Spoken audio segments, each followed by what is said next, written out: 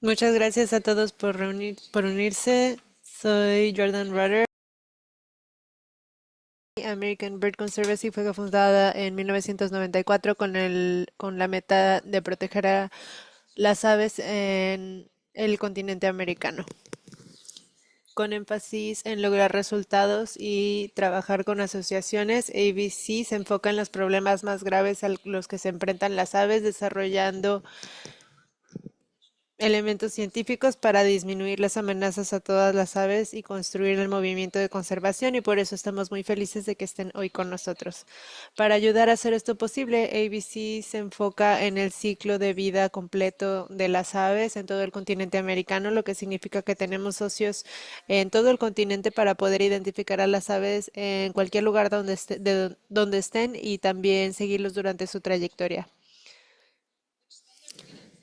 Por ejemplo, el zarapito de pico largo eh, se reproduce en Estados Unidos y Canadá y migra a Honduras y Guatemala. Y por ejemplo, también investigamos aves como la coqueta de Guerrero o la coqueta de Atoyac, que vive en el estado de Guerrero en México. A lo largo de los años, American Bird Conservancy ha logrado llegar ha llegado a proteger acres a lo largo de todo el continente americano, pero todavía queda mucho por hacer y ABC necesita su ayuda para lograrlo.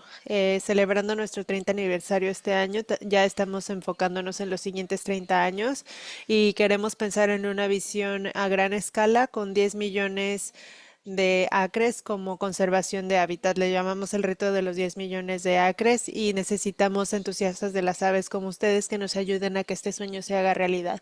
Les pedimos que se unan con nosotros para este reto. Nosotros nos comprometemos para celebrar los 30 años que llevamos. Vamos a mm, vamos a empatar lo mismo, que nos donen hasta $200,000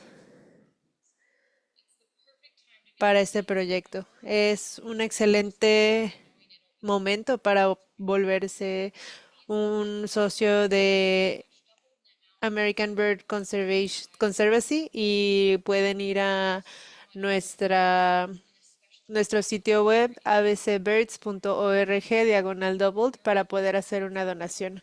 Están haciendo una diferencia para las aves y su hábitat todos los días y les prometo que lo vemos todos los días en nuestro trabajo. Así que muchas gracias.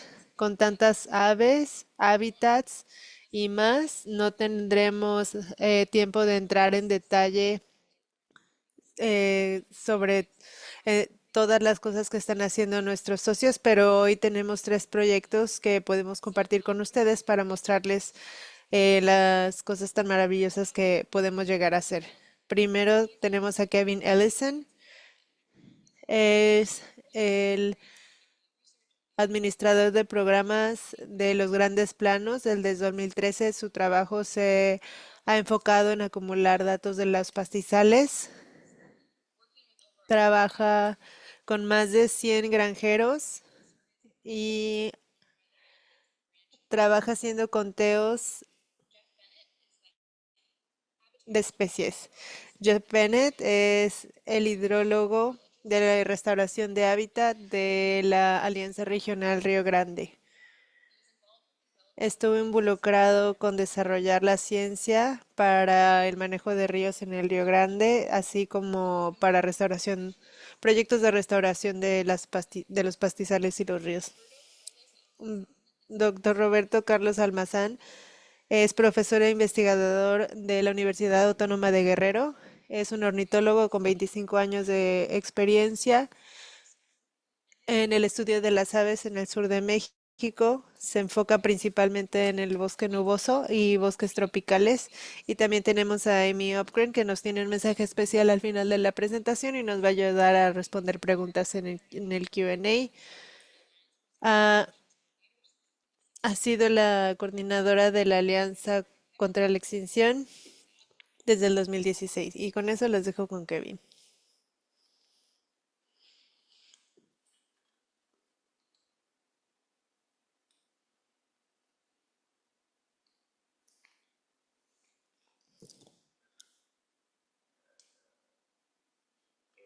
Ok, gracias Jordan. ¿Pueden ver mi presentación?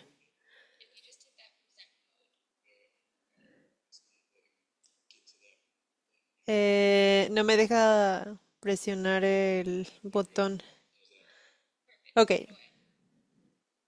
perfecto. Muchas gracias a todos por poder unirse hoy. Es un gran honor hablar con ustedes sobre el trabajo que hacemos en los grandes planos. Lo tratamos de hacerlo a ambos lados de la frontera y me voy a enfocar en el hábitat en el que yo trabajo, que son los pastizales del norte, de las planicies, de las grandes planicies del norte. Priorizamos nuestro trabajo con zarapitos para la conservación de pastizales. Eh, este es el sandpiper más grande de América. Es más o menos 2 pies de tamaño, no, y más o menos casi 3 kilos. Y bueno, ¿por qué tienen el pico tan largo? Es más suave cuando está más cerca de la punta, es algo flexible, es para poder perforar la arena y el suelo. Los pájaros playeros son interesantes porque se alimentan en la costa, pero se reproducen más cerca de los árboles.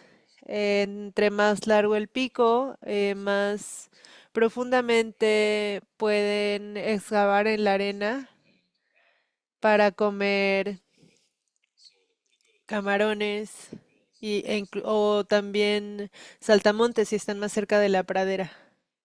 Aquí pueden ver un par de imágenes en la costa atrapando pequeños cangrejos y cómo usan sus picos para poder hacer que el alimento llegue a sus bocas. Lo que es interesante sobre la distribución del zarapito de pico largo, podemos ver que el contorno azul es el rango del área de reproducción y lo que está en azul o relleno en azul es donde están presentes actualmente. Ha habido cambios en el hábitat durante la época de reproducción y voy a hablar un poco más de por qué. Como podrían esperar, la historia del norte de Canadá eh, ha tenido impactos por el cambio de uso del suelo que se ha usado más hacia ganado. Entonces, entre menos pastizales, menos lugares habrá para los zarapitos para que se reproduzcan. Algunos pastizales ya han desaparecido en la parte noroeste del río Missouri y se reproducen en Canadá y pasan el invierno en México y América Central. A lo mejor ya conocen eBird. Esta es una visualización interesante que nos muestra los diferentes tiempos en colores. La distribución depende de la época del año. Para mí es muy interesante que donde veamos a las aves, la gente local de ahí va a sentir que esas son sus aves, incluso cuando las compartimos con muchos lugares a lo largo de su trayectoria. En los grandes planos aparecen a mediados de mayo y a veces se quedan hasta julio.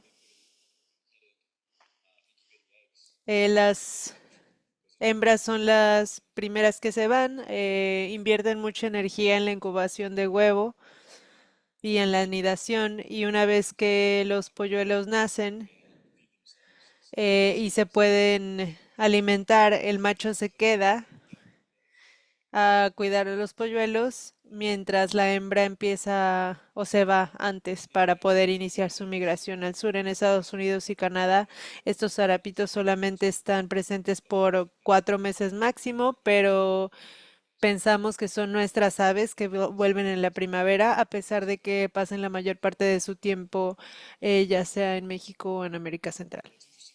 Lo que es interesante de las grandes planicies del norte es que los arápitos no son la única especie que viene. Una vez que se derrite la nieve, tenemos días más largos y por lo tanto más actividad de plantas e insectos. Entonces muchas plantas migran a las planicies para poder reproducirse y también tenemos algunas especies resistentes que son especies locales que son un poco más resistentes, que también habitan en la parte norte de las grandes planicies. ¿Y por qué nos enfocamos en el zarapito de pico largo? Este diagrama nos muestra un par de cosas a la vez, pero esencialmente si tenemos más ganado, tenemos menos o tenemos pastizal menos alto. Y si no tenemos, tenemos incluso arbustos. Hoy principalmente tenemos ganado local que consumen los pastos y esto es una gran perturbación en el hábitat al que las aves estaban acostumbradas. También podemos ver aquí que las especies usan diferentes hábitats a lo largo de su vida. Y aquí en el zarapito lo encontramos en medio de la lista de especies que usa diferentes tipos de hábitat. Entonces decidimos usar esa especie como especie paraguas. A lo mejor ya habían escuchado este término, es decir, que nos enfocamos en esta especie para saber qué está pasando también con otras especies. Esta es una ilustración de cómo pensamos en este concepto. CurloAction.org es una organización que se enfoca en conservación de hábitat para el zarapito de Eurasia. Y la ilustración es una especie de zarapito también que muestra el concepto que queremos tratar de explicar. Y bueno, vamos a trabajar en más gráficos de cómo esta especie funciona para investigar otras especies también. En cuanto al hábitat, ABC produjo una guía de manejo de suelos para los propietarios que incluyen metas de conservación para los arápitos y la razón por la que hicimos esto es porque en las grandes planicies del norte tenemos el 70% de la tierra que pertenece a propietarios privados, entonces trabajamos con ranchos y granjas y la conservación que queremos que tenga impacto a nivel biológico implica tener que trabajar con granjeros y propietarios privados. Y lo que queremos hacer es incentivar las actividades de conservación. Los arápitos pueden disminuir muy rápidamente. Pensamos que las poblaciones se ven estables, pero pueden llegar a cambiar de manera muy rápida. Es por eso también que los arápitos son una especie muy particular. Actualmente tenemos más o menos 18.800 que a lo mejor suena como un número muy alto, pero no lo es.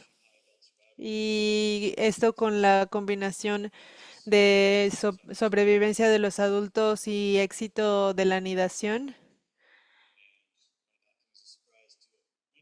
A lo mejor no es una sorpresa para ustedes, pero la mayoría de las aves que viven en los pastizales anidan en la tierra o más bien en el suelo y tratan de esconder su nido en los pastizales y ahí están muy expuestos y cualquier cosa que sea más grande que un huevo está en peligro de ser comido. Entonces, el éxito de la anidación suele ser muy bajo, pero pueden anidar varias veces al año, al menos 2 veces al año, y necesitan esas grandes áreas de pastizales entre 300 y 500 áreas. y que son usadas por otras especies también.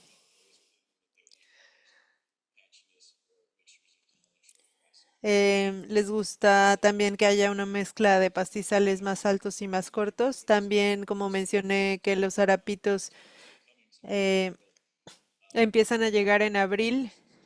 eh, Todavía alcanzamos a tener un poco de nieve, entonces puede que no haya mucha vegetación disponible.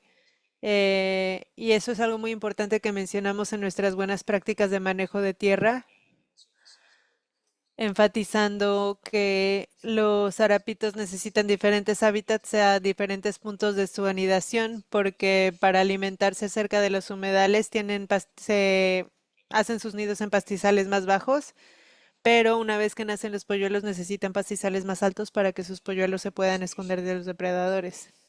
Espacialmente, ya les mostré con los datos de eBird cómo se mueven las aves de norte a sur y viceversa. Y esta es una foto de Birdscapes en ABC, que no es una prueba de cómo usamos la ciencia para analizar la presencia de las aves. También así a la vez podemos analizar el hábitat restante para trabajar con proyectos de restauración y también podemos ver que mucho de nuestro trabajo se enfoca en Texas y Oklahoma, así como en las grandes planicies del norte, Montana, Dakota del Norte, Dakota del Sur y Wyoming. Y para el 2031 queremos un área de conservación de 3 millones de acres en esas regiones. Ya hemos empezado a contratar personas que tengan habilidades críticas que nos ayuden a implementar medidas o acciones para conservación de 20,000 a 30,000 acres por año, dependiendo con la cantidad de proyectos que tengamos. Y voy a hablar más de esto en un momento. Estas son áreas en las que nos hemos enfocado. eh, proyectos de Sarapito de pico largo están presentes aquí. También trabajo con el Servicio de Conservación Nacional, que son los que nos ayudan con el financiamiento de estos proyectos. En el sur de Dakota y en Montana estamos trabajando con un programa de calidad del medio ambiente y estamos enfocándonos en reunir personal a que nos ayude a manejar y restaurar este hábitat y transformar tierras que habían sido usados para actividades agrícolas a pastizales. Hemos recibido algunos financiamientos de agencias y trabajado con los propietarios para tener más impacto en el área de conservación. En Montana apenas vamos empezando con el programa, de hecho acaba de dar inicio este año. Además del trabajo que hacemos con el hábitat, llevamos a cabo conteos desde zarapitos, muchos de ellos se llevan en el norte, en la parte sur de Dakota del Norte, y aquí las manchas que alcanzan a ver en el mapa y los polígonos nos ayudan a dar seguimiento a los números y ver qué tan estables son a lo largo de los años. Estos conteos nos ayudan a identificar los periodos de tiempo cuando el ave está presente para que trabajemos en conjunto con los granjeros y propietarios para poder hacer actividades de anillado. En el sur de Dakota usamos tags satelitares o tags o dispositivos para celular, que son los mismos que usan los celulares y para eso necesitamos torres. Hemos ya puesto dispositivos a tanto hembras como machos y más de la mitad de ellos fueron a la costa este de Texas y algunos van a la costa oeste de México. Cuando les ponemos los anillos o dispositivos a las aves, encontramos cosas que son biológicamente interesantes, pero también nos damos cuenta que hay una variación más caótica de los hábitats y de los comportamientos que implica un esfuerzo más grande, porque, por ejemplo, aquí los tenemos a ambos lados de México.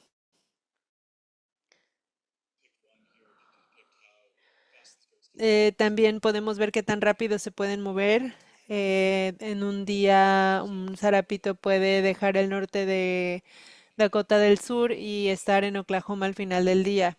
Y algunas de estas aves pueden incluso llegar a Texas en menos de 12 horas y eso para mí es impresionante si lo comparamos con los tiempos de viaje de los seres humanos.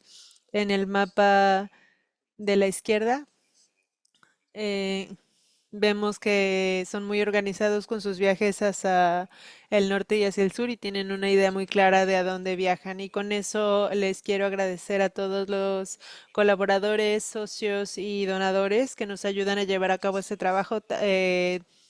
También le quiero agradecer a las agencias gubernamentales, a las alianzas regionales a nivel federal que nos ayudan a encontrar más socios con los que trabajar. Y no podremos hacer este trabajo con la participación de los propietarios, voluntarios y técnicos y también los donadores privados. A lo mejor algunos de ustedes recuerdan que teníamos un proyecto de pastizales para publicar una revista y de ahí pudimos obtener algunos fondos que estamos implementando en estos esfuerzos de conservación. Muchas gracias, Kevin, por hacer ese trabajo que haces.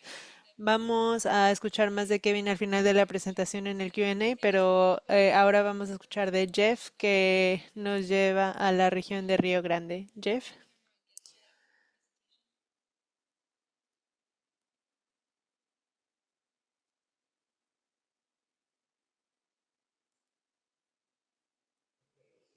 Ok, ¿alcanzan a ver mi pantalla? Sí, ok.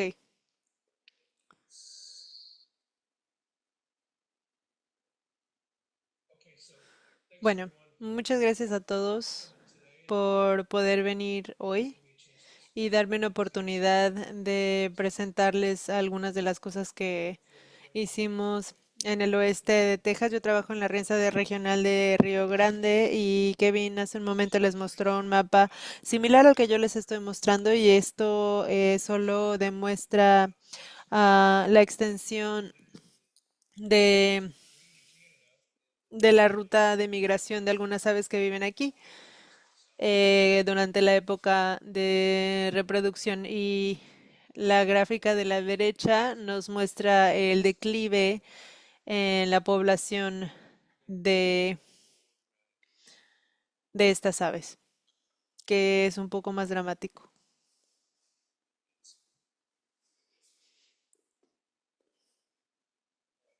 Ok, entonces aquí tenemos un mapa de la Alianza Regional de Río Grande o Río Grande Joint Venture. Como pueden darse cuenta, somos una alianza birregional. Estamos en el sur de Texas y en el norte de México. También cubrimos algo de la pradera cerca del Golfo. Las estrellas verdes que pueden ver en el mapa representan algunos proyectos de la ribera y las aves de los pastizales también han sido un enfoque de la Alianza Regional desde hace algunos años ya. Y con eso en mente hemos estado recolectando datos para poder desarrollar un paisaje de aves. En el mapa del lado izquierdo pensamos que podría ser un nuevo paisaje que podría usar ABC para el área de Texas. Y bueno, ¿por qué estamos enfatizando el agua? Bueno, porque el 70% de las aves dependen de hábitats ribereños y 40% de esas aves dependen de los hábitats ribereños. Los anfibios dependen de hábitats donde puedan nadar y eso implica algunos elementos. Y el futuro de la vida silvestre es poder restaurar estos corredores ribereños. Y finalmente, los recursos de agua están amenazados en esta área. 20% de los hábitats ribereños que tenemos han sido degradados. Y bueno, quiero mostrarles una foto de el ciclo del agua. A lo mejor lo recuerdan de la primaria. Y si estamos trabajando con hábitats, tenemos que entender los diferentes procesos ecológicos que suceden para entender qué procesos tenemos que reparar y qué procesos están funcionando. Este es el ciclo hidrológico. Tenemos la precipitación, evaporación, a lo mejor la intercepción es algo que no habían visto. eh, el proceso de que las hojas caigan al suelo es también una parte muy importante. Y como practicantes de la conservación tenemos que entender estos ciclos para poder pensar en soluciones para reparar el hábitat. Entonces, este solo es un proceso más de todos los que voy a mencionar durante mi presentación. En las cuencas hablábamos de intercepción y de la caída de hojas y luego llueve. Y cuando el agua cae, no cae directamente al suelo. Entonces, la cobertura de vegetación disminuye la erosión por estas gotas. Esta es una diapositiva increíble, creo que la he usado en casi todas mis presentaciones. Del lado izquierdo tenemos el suelo expuesto. Esto le llamamos una cuenca que no absorbe el agua y el del lado derecho donde sí tenemos pastizales es un terreno que sí absorbe o atrapa el agua. Esta es una de las cosas principales con las que trabajamos cuando hablamos con nuestros socios que trabajan en la producción y les mostramos este tipo de idea. Es mejor dejar este tipo de pastizales. No está bien. Que desaparezca. Y estas son el tipo de cosas que les mostramos cuando queremos comunicar nuestro mensaje. ¿Y por qué estamos trabajando con hábitats ribereños? Eh, tenemos muchos menos arroyos. Las dos fotos que podemos ver aquí son fuera de un parque nacional y es Roughland Creek. En los 70 había un cruce de agua y para 2019 hay un puente porque ese cruce de agua pasa por debajo de ese puente y hemos perdido 20 pies de agua. Y es interesante cómo estos arroyos almacenan agua y desarrollan hábitats ribereños. Aquí el agua fluye o más bueno, en la diapositiva del 2018, como el agua fluye debajo del puente y se crea un arroyo y el paisaje no tiene tiempo de absorber el agua, entonces no tenemos sistemas ribereños de los que las aves puedan depender. Entonces, ¿qué hacemos? Eh, la restauración con base en procesos de baja tecnología se trata de identificar los procesos que están rotos y, e investigar cómo repararlos. Eh, una estrategia es una presa de rocas.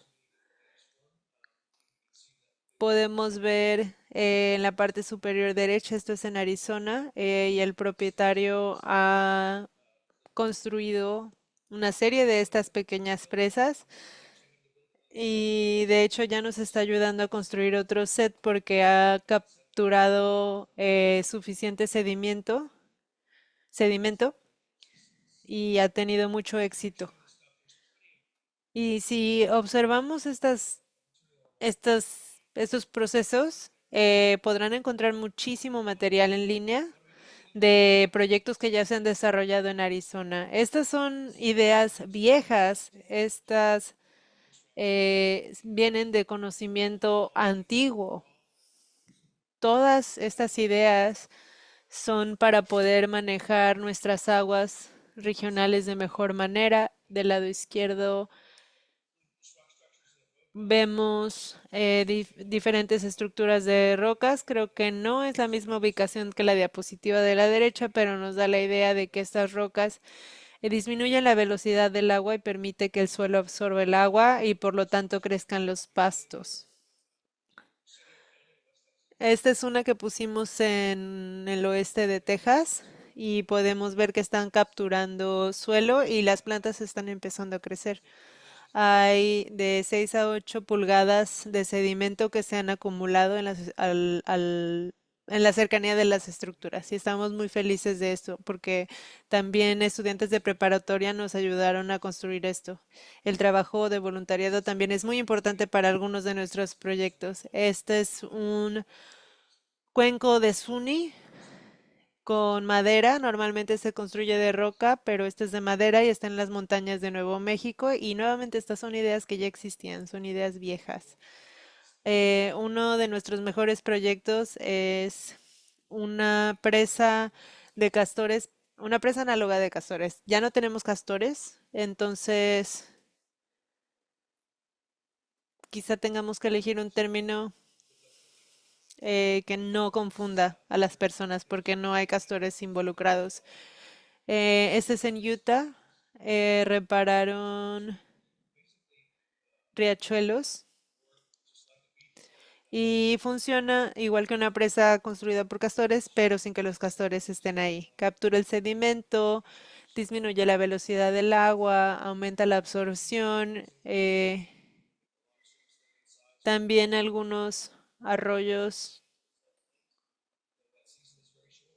eh, pueden desaparecer o pueden quedarse pequeños a pesar de la temporada de lluvias que es muy corta y esto ayuda a que tengan mayor cantidad de agua. Esto es la construcción. Lo que hacemos es instalar postes prefabricados y traemos pasto seco de los pastizales cercanos y también los ponemos hasta rellenar. Esta es una presa análoga como la que les expliqué en las montañas de Texas, en el área de Cienega Creek.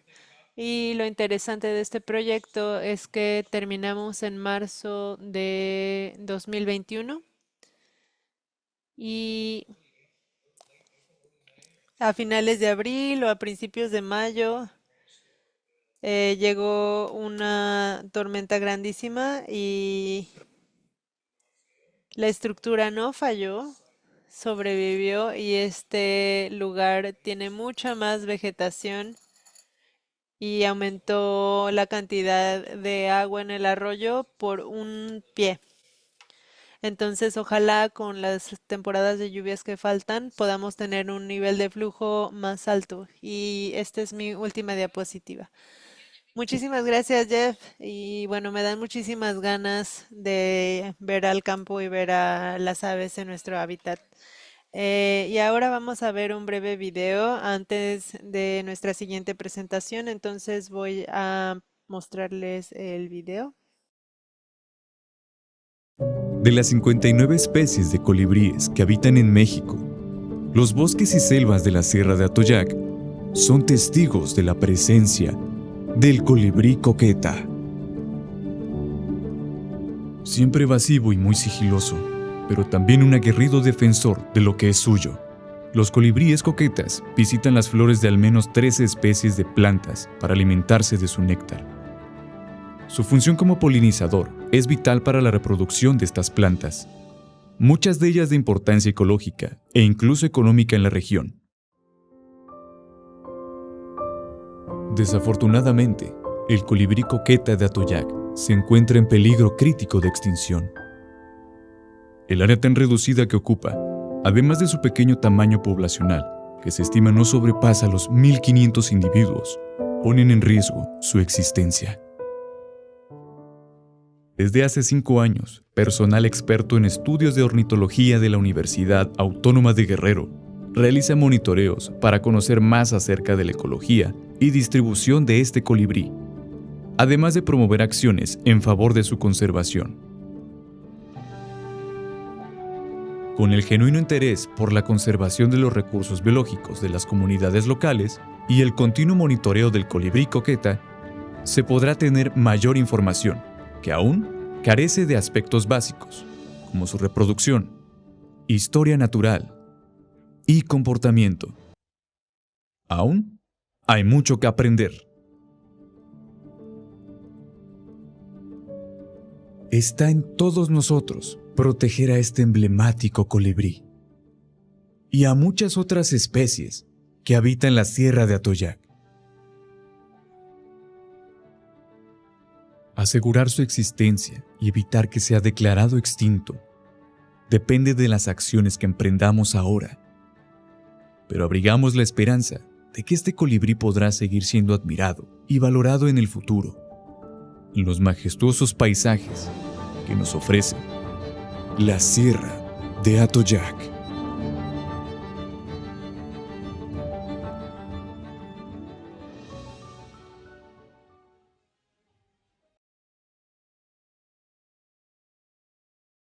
Qué increíble, Colibrí. Y ahora vamos a escuchar de Carlos, que ayudó a dirigir estos esfuerzos tan importantes.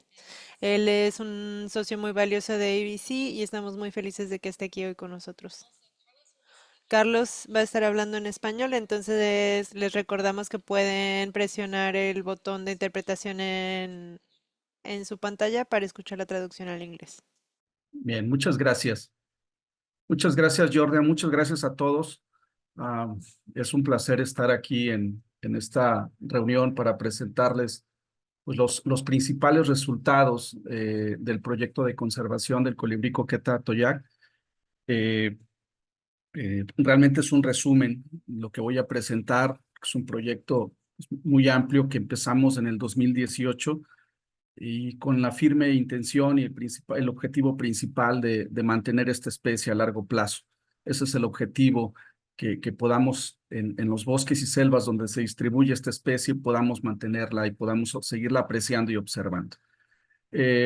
Únicamente como contexto de ubicación geográfica, la Sierra Atoyac se encuentra en el estado de Guerrero, en la parte sur de México. Ahorita les muestro un mapa un poquito más con detalle.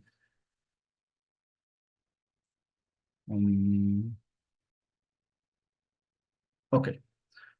Bueno, aquí se ubica la Sierra de Atoyac. Realmente consideramos que es un paraíso de biodiversidad. Solamente un poquito para ubicarnos dónde está esta sierra. Está el estado de Guerrero en la parte sur. Eh, Voy a poner rápidamente el apuntador.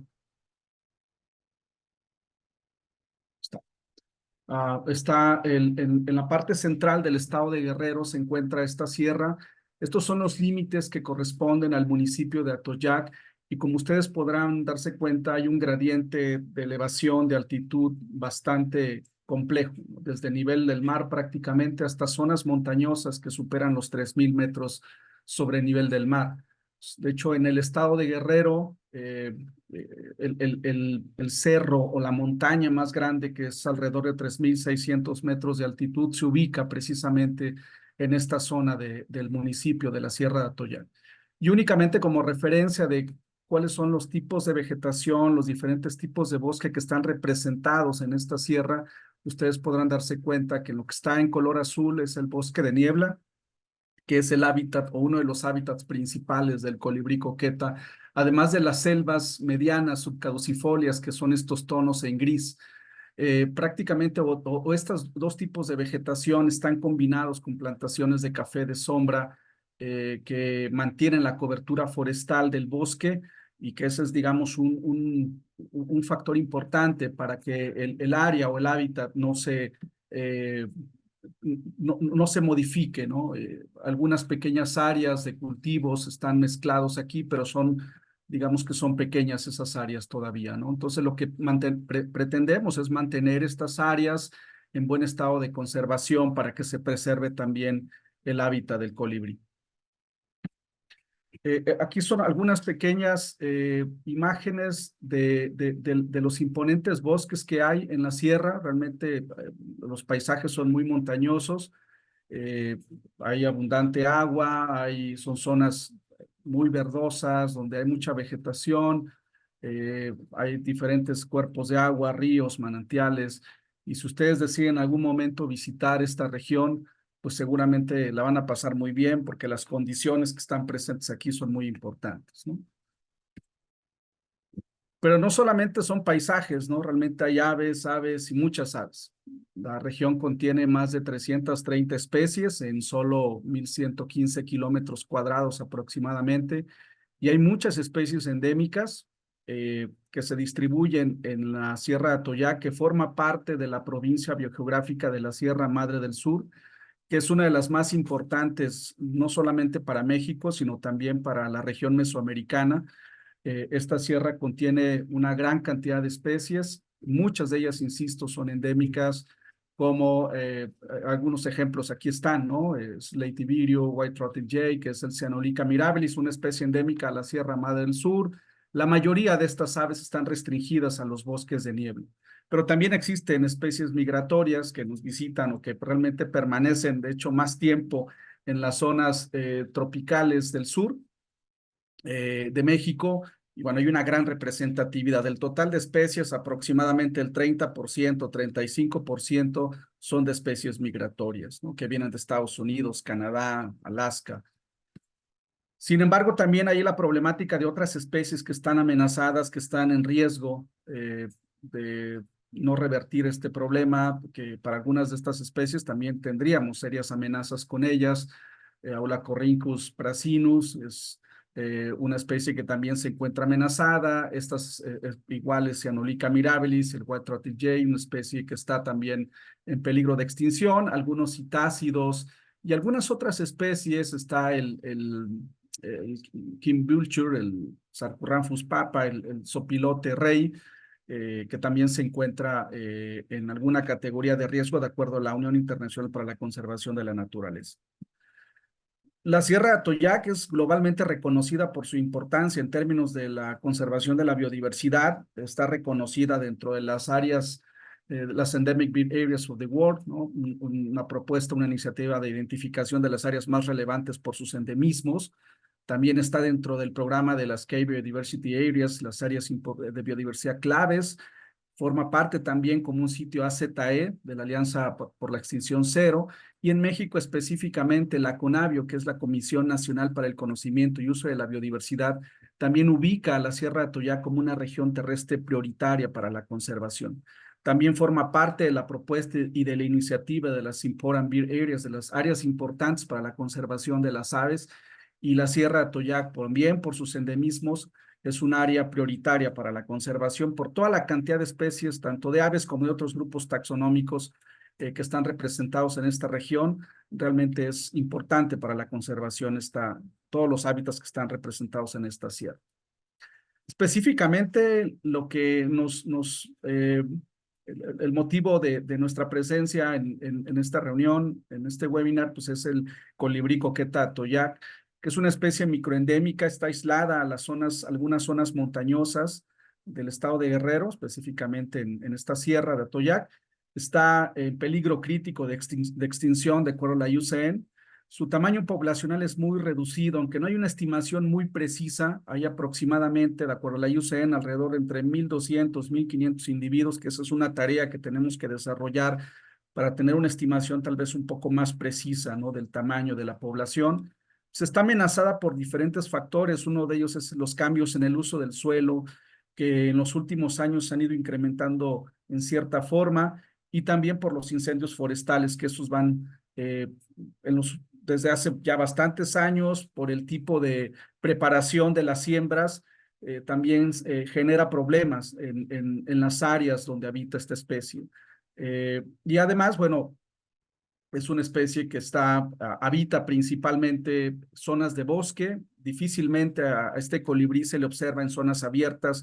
Está muy asociada a las plantaciones de café de sombra o a los bosques de niebla en buen estado de conservación. En áreas abiertas muy difícilmente se puede observar. Este es un mapa de distribución, es la distribución potencial del colibrí. Este es el estado, pues, de Guerrero, en el sur de México, y estas son las divisiones políticas de los municipios. Este municipio de aquí es el de Atoyac. Y si ustedes pueden, si se fijan, realmente la especie está, las áreas en color rojo representan las áreas de mayor idoneidad ambiental.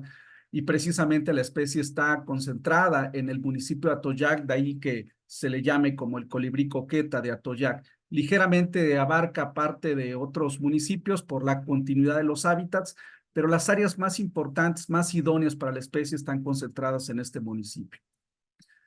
El proyecto del colibrí coqueta, de la conservación de este colibrí, se desarrolló de manera conjunta entre ABC y la Universidad Autónoma de Guerrero y se desarrolló en diferentes fases. La primera fase la iniciamos en el 2018 y básicamente consistió en el trabajo de campo para reconocer sitios de la presencia de este colibrí, reconocer esos sitios y saber en dónde estaba presente la especie, confirmar las áreas que aparentemente sabíamos dónde estaba y o buscar en otras áreas donde no teníamos evidencia realmente su presencia. Entonces nos dimos a la tarea de hacer un reconocimiento por la zona para encontrar evidencias de la presencia.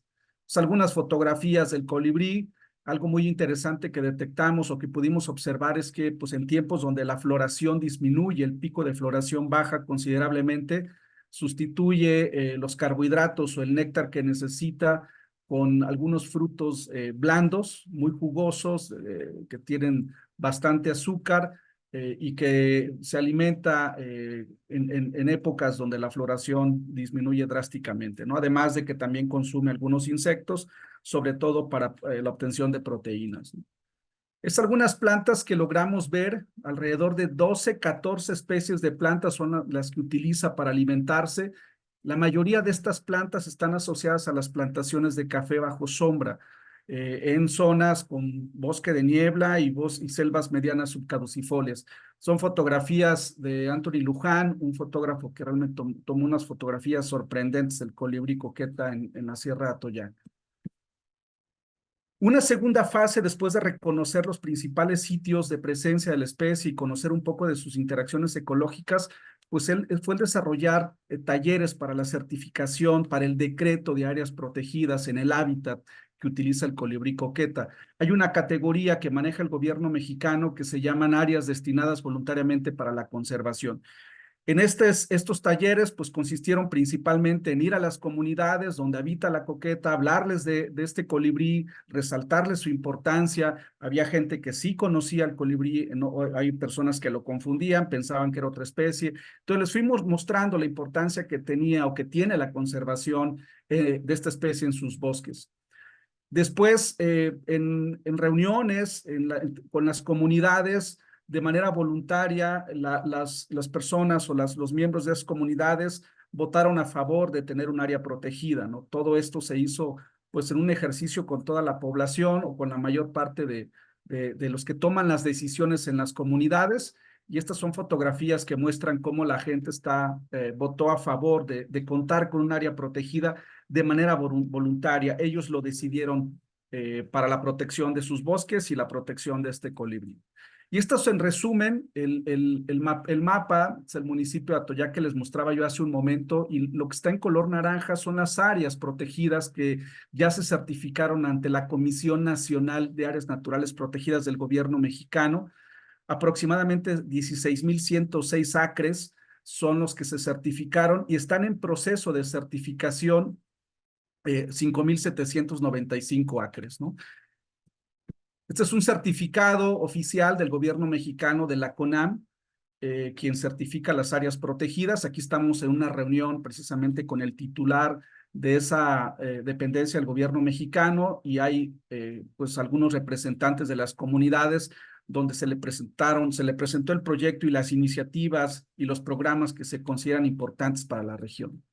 La tercera fase, que fue la última en la que desarrollamos hasta el momento más bien, fue la capacitación de brigadistas. Identificamos grupos locales para poder capacitarlos en el tema del monitoreo de su vida silvestre, en el tema de monitoreo de la coqueta, la colocación de cámaras trampa, también para conocer qué otro tipo de animales o de grupos biológicos están en sus áreas de conservación. Se colocaron letreros, señaléticas sobre la conservación de la especie y sobre la conservación de los hábitats de la región.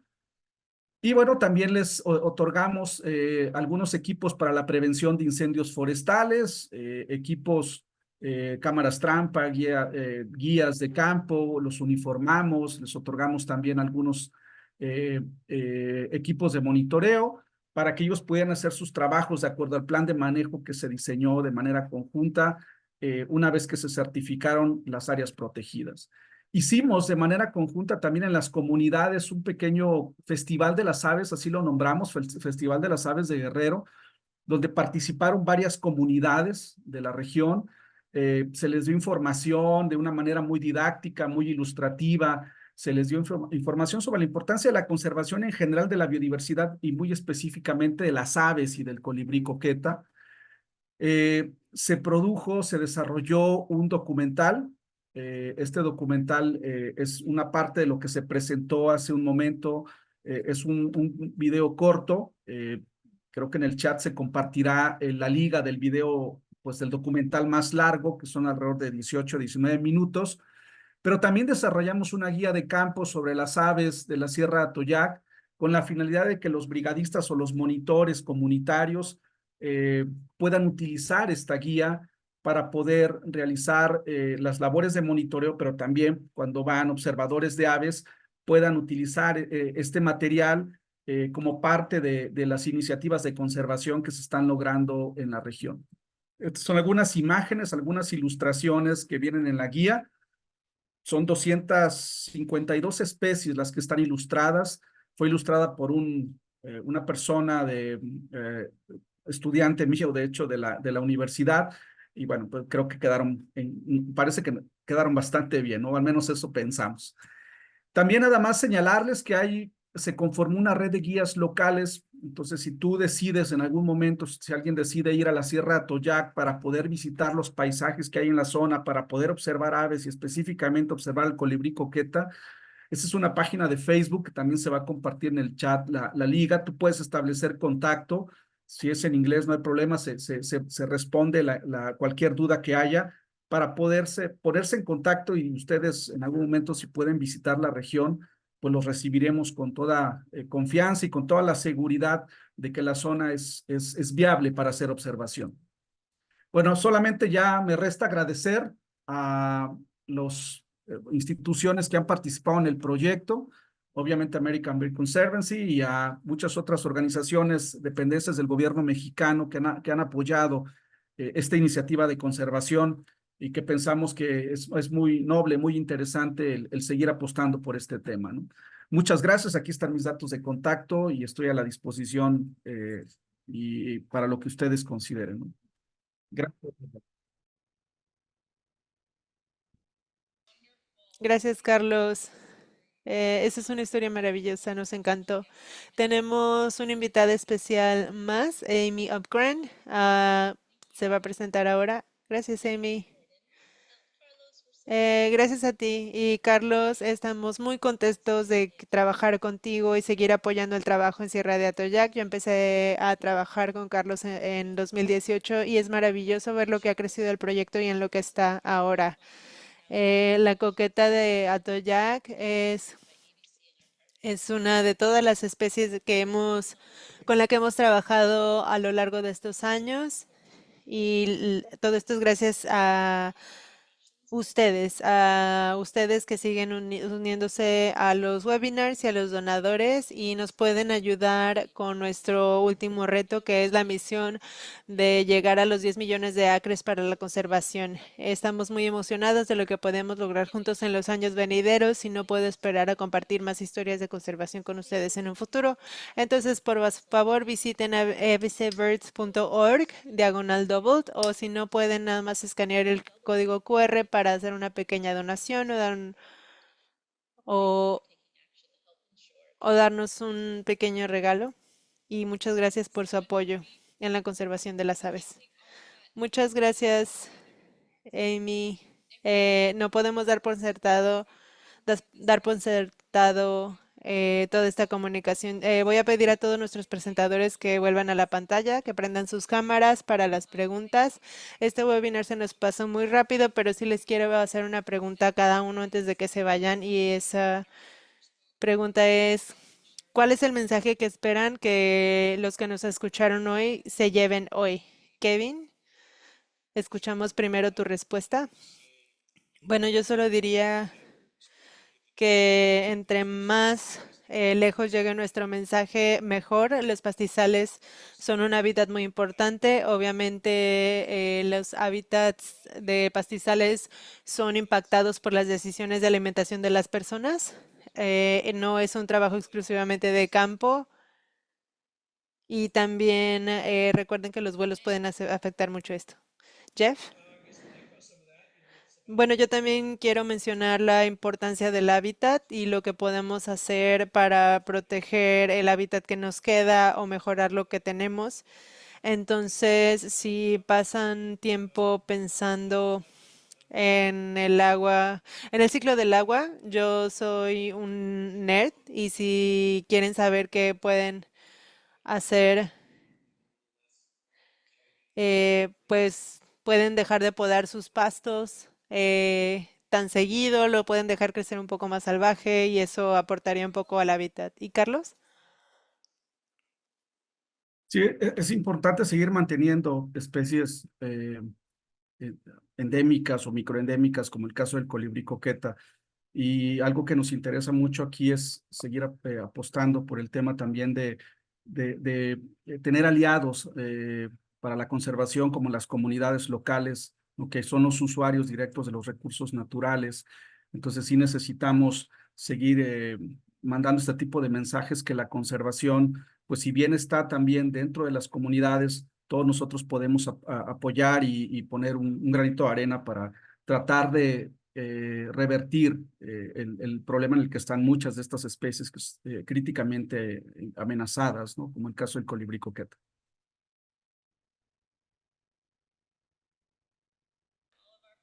Muchísimas gracias otra vez a todos nuestros presentadores. Apreciamos mucho que tengan tiempo de compartir el trabajo que hacen por las aves. Muchísimas gracias a nuestras audiencias, a nuestra audiencia. Vamos a compartir esta grabación. La pueden encontrar en el sitio web de ABC. Muchísimas gracias por todo su apoyo y hasta luego.